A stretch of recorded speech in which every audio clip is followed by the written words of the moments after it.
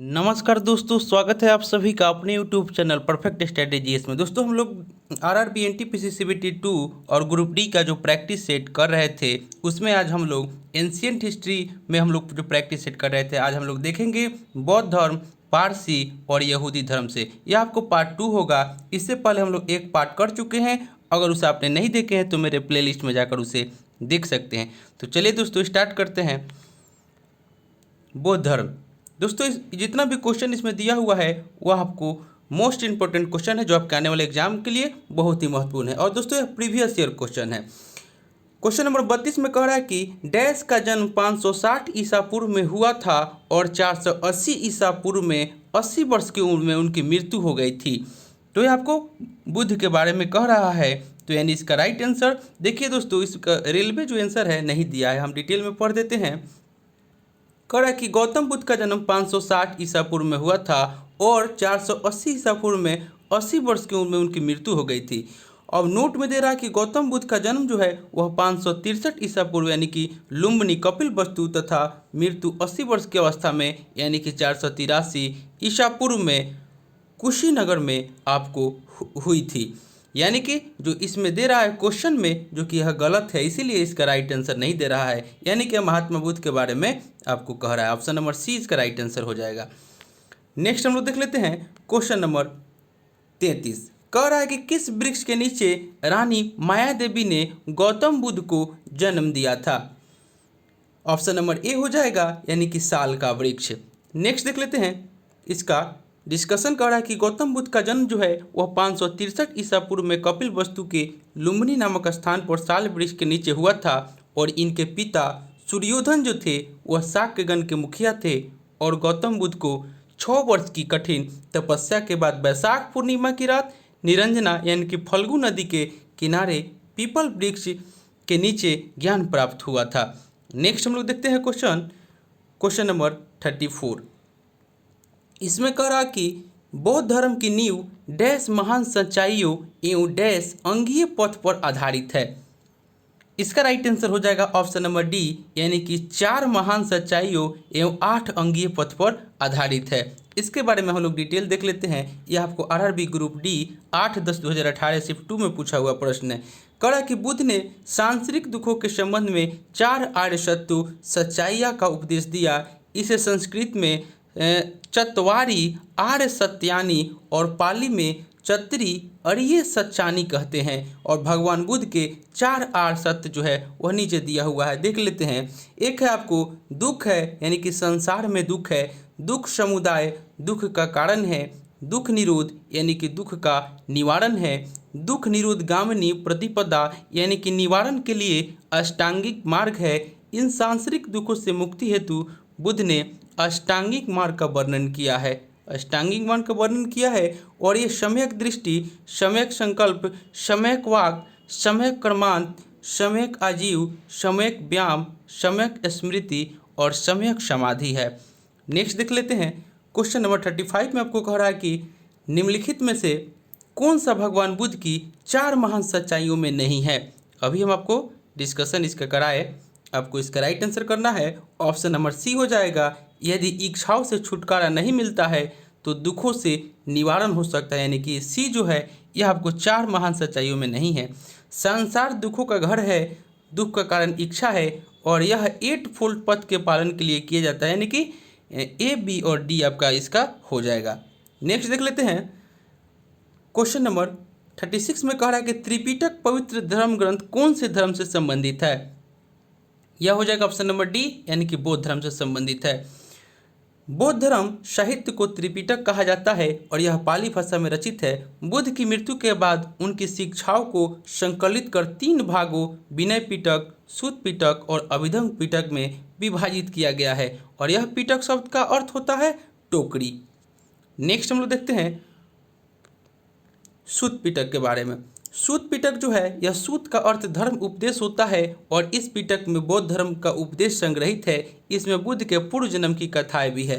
उसके बाद विनय पिटक, इस पिटक में मठ में निवास करने वाले भिक्षु एवं भिक्षुनियों के दैनिक जीवन संबंधी आचार विचार एवं अनुशासन संबंधी नियम दिए गए हैं।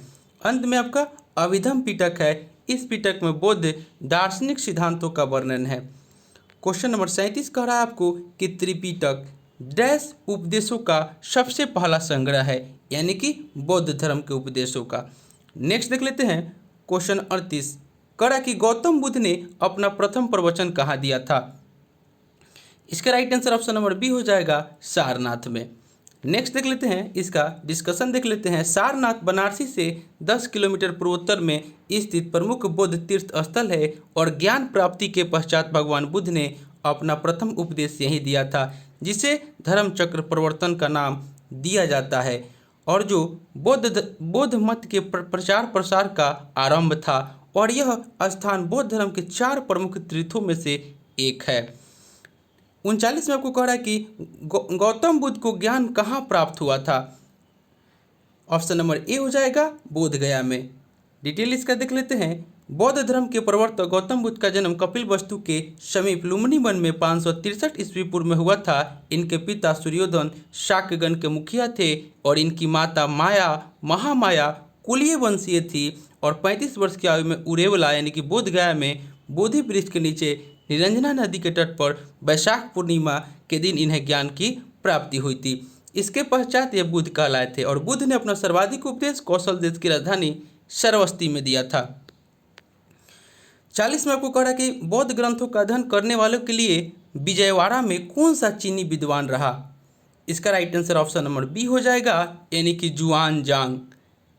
इसके बारे में देख लेते हैं डिटेल से। कह रहा कि बौद्ध ग्रंथों का अध्ययन करने के लिए विजयवाड़ा में जुआन जांग नामक चीनी विद्वान रहता था और चीनी बौद्ध धर्म की चीनी शाखा है। बौद्ध धर्म की परंपराओं ने 2000 वर्षों तक चीनी संस्कृति एवं सभ्यता पर गहरा प्रभाव छोड़ा और यह बौद्ध परंपराएं चीनी कला, राजनीति, साहित्य, दर्शन तथा चिकित्सा में देखी जा सकती है और दुनिया की 65% से अधिक बौद्ध आबादी जो है वह आपको चीन में रहती है और इन्हीं कारणों से चीन के विद्वान भारत में आकर यहाँ के बौद्ध ग्रंथों का अध्ययन करते थे तथा यहाँ के विचारों एवं मूल्यों को चीन में बौद्ध धर्म के लोग आत्मसात कर लेते थे। क्वेश्चन नंबर 41 में आपको कह रहा है कि बोध गया किस भारतीय राज्य में स्थित है। तो ऑप्शन नंबर बी इसका राइट आंसर हो जाएगा, यह बिहार में है। बोध गया भारत के बिहार राज्य में स्थित है और बोध गया में बोधि वृक्ष के नीचे गौतम बुद्ध को ज्ञान की प्राप्ति हुई थी। तभी से यह स्थल बौद्ध धर्म के अनुयायियों के लिए अत्यंत महत्वपूर्ण है। 42 में कह रहा है कि गौतम बुद्ध ने अपने उपदेशों में जन साधारण की भाषा डैश का प्रयोग किया। ऑप्शन नंबर डी हो जाएगा, यानी कि पाली भाषा का प्रयोग किया। गौतम बुद्ध ने अपने उपदेशों में पाली भाषा का प्रयोग किया। इन्होंने अपना प्रथम उपदेश सारनाथ में दिया था और जिसने धर्म चक्र प्रवर्तन कहा गया और गौतम बुद्ध का जन्म 563 ईस्वी पूर्व कपिलवस्तु के लुम्बिनी नामक स्थान पर हुआ था। इनके पिता सूर्योधन शाक्यगण के मुखिया थे और महात्मा बुद्ध को एशिया का ज्योतिषपुंज कहा जाता है। ये भी क्वेश्चन आपको एग्जाम में पूछता है। क्वेश्चन नंबर 43 कह रहा है कि गौतम बुद्ध ने अपना पहला उपदेश डैश में दिया था, यानी कि ऑप्शन नंबर सी हो जाएगा सारनाथ। नेक्स्ट देख लेते हैं। 44 में आपको कह रहा है कि जातक कथाओं में डैश के जन्म और उनके पूर्व जीवन का वर्णन मिलता है। इसका राइट आंसर हो जाएगा ऑप्शन नंबर ए, यानी कि जातक कथाओं में बुद्ध के जन्म और उनके पूर्व जन्म का वर्णन मिलता है, ऑप्शन नंबर ए। नेक्स्ट देख लेते हैं 45 में कह रहा है कि जैन धर्म और बौद्ध धर्म के उदय में भारत में ईसा पूर्व डैश शताब्दी में धार्मिक अशांति देखी गई थी, यानी कि ऑप्शन नंबर सी, यानी कि 6ठी शताब्दी में धार्मिक अशांति देखी गई थी।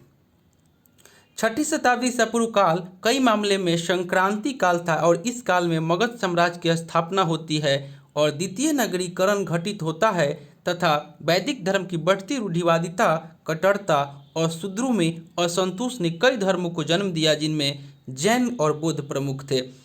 नेक्स्ट देख लेते हैं। कह रहा कि गौतम बुद्ध की माँ का नाम क्या था।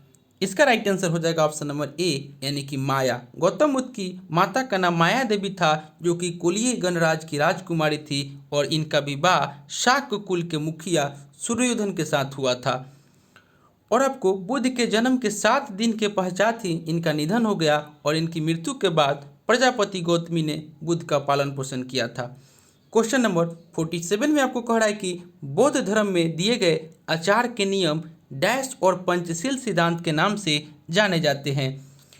इसका राइट आंसर देख लेते हैं हम लोग। डिस्कशन में कह रहा है कि बौद्ध धर्म में भगवान बुद्ध ने अष्टांगिक मार्ग का उपदेश दिया था और बौद्ध धर्म अनुयायी इन्हीं मार्गों पर चलकर मोक्ष प्राप्त करते हैं। और बुद्ध के द्वारा बताए गए अष्टांगिक मार्ग इस प्रकार है: सम्यक दृष्टि, सम्यक संकल्प, सम्यक वाणी, सम्यक कर्मांत, सम्यक आजीविका और सम्यक आपका व्यायाम, उसके बाद सम्यक स्मृति और सम्यक समाधि। और बुद्ध के पंचशील सिद्धांत के जीवन की प्रति सकारात्मक दृष्टिकोण का परिचय देते हुए बुद्ध के 5 उपदेश निम्न है।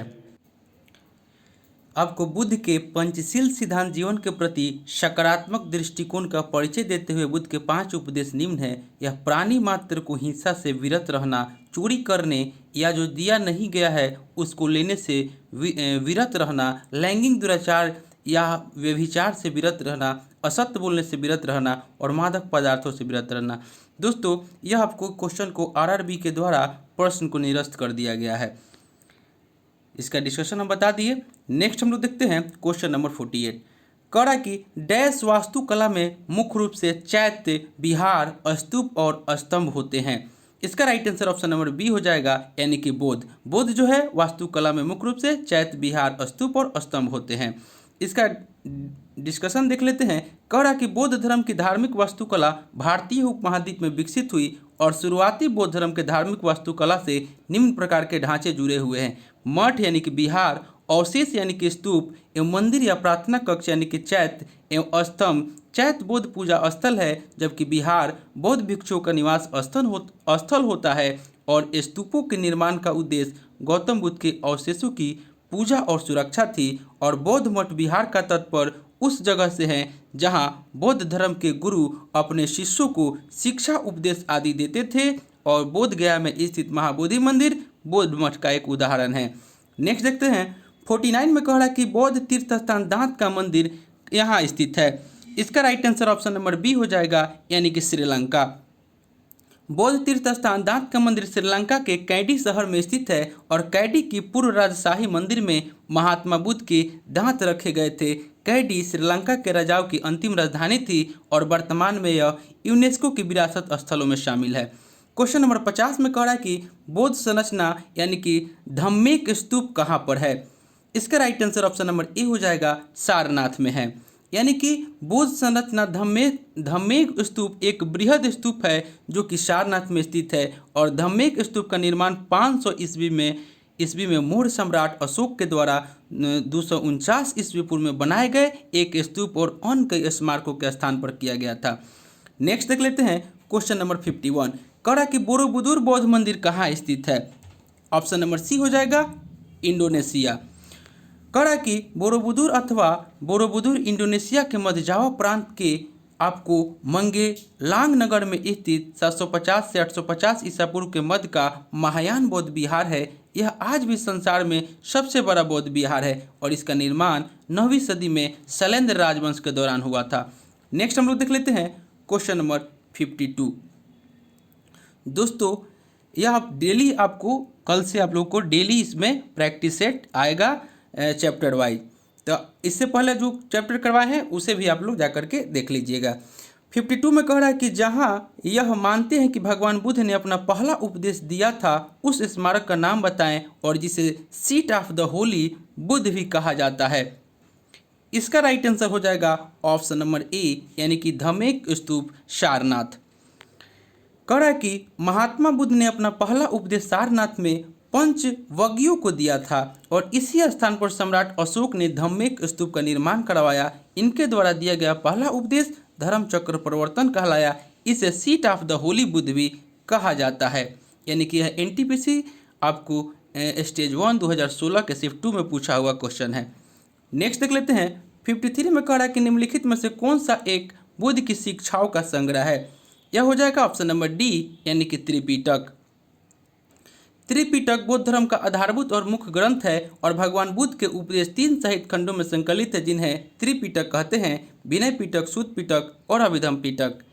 नेक्स्ट देख लेते हैं आपको पारसी और यहूदी धर्म। कह रहा है कि पारसी एक धर्म ज़ोरोआस्ट्रियन मुख्य रूप से किस राज्य में पाया जाता है।